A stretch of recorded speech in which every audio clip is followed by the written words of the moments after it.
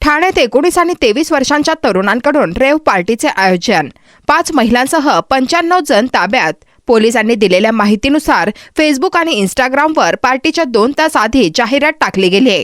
त्यानंतर मीरा रोड, पालघर, कल्याण, डोंबिवली आणि नवी मुंबई येथून तरुण पार्टीसाठी इथे जमले। नववर्षाच्या स्वागतासाठी सगळीकडे उत्साह दिसत असताना ठाण्यात एक मोठी कारवाई करण्यात आली आहे। घोडबंदर परिसरातील गायमुख येथे एक रेव्ह पार्टी आयोजित करण्यात आली होती।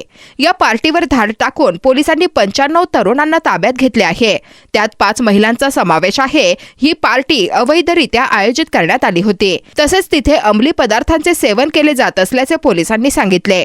पोलिसांनी दिलेल्या माहितीनुसार 2 तरुण आयोजकांनी या पार्टीचे अवैधरित्या आयोजन केले होते, त्यांना ताब्यात घेतले आहे। पार्टीतून LSD चरस, XC गोळ्या आणि गांजा हस्तगत करण्यात आला आहे। याबाबतची माहिती ठाणे पोलिसांच्या गुन्हे अन्वेषण शाखेला मिळाली होती। या माहितीच्या आधारे मध्यरात्री युनिट 5 चे पोलीस पथक घटनास्थळी दाखल झाले। गायमुख येथील खाडी परिसरात भराव टाकून तयार केलेल्या मोकळ्या जागेत ही पार्टी सुरू होती। हा भाग कासारवडवली पोलिसांच्या कार्यक्षेत्रात येतो। पोलिसांनी सांगितले की 19 ते 20 वर्षांमधील तरुण मुले पार्टीत सामील होते। त्यांनी अंमली पदार्थ आणि मद्याचे सेवन केले होते। तसेच मोठ्या आवाजात गाणी लावून धांगडधिंगा सुरू होता।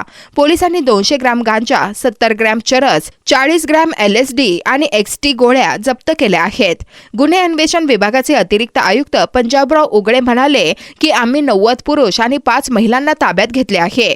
त्यांची वैद्यकीय तपासणी करण्यात येणार असून त्यांचे अहवाल प्राप्त झाल्यावर पुढील कारवाई करण्यात येईल।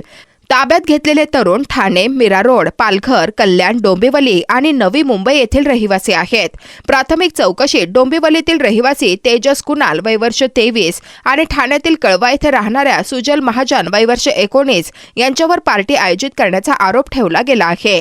त्यांनी 1000 रुपये प्रवेश शुल्क घेऊन सदर पार्टी आयोजित केली होती। दोन्ही संशयित आरोपींनी फेसबुक आणि इंस्टाग्रामच्या माध्यमातून पार्टी सुरू होण्याच्या 2 तासांपूर्वी पार्टीचा पत्ता आणि माहिती पोस्ट केली होती। या पार्टीत अंमली पदार्थ कुणी पुरविले याची माहिती पोलीस गोळा करत आहेत। भारतीय दंड संहिता आणि NDPS कायद्याअंतर्गत गुन्हा दाखल करण्याची प्रक्रिया सुरू आहे, असे पोलिसांनी सांगितले।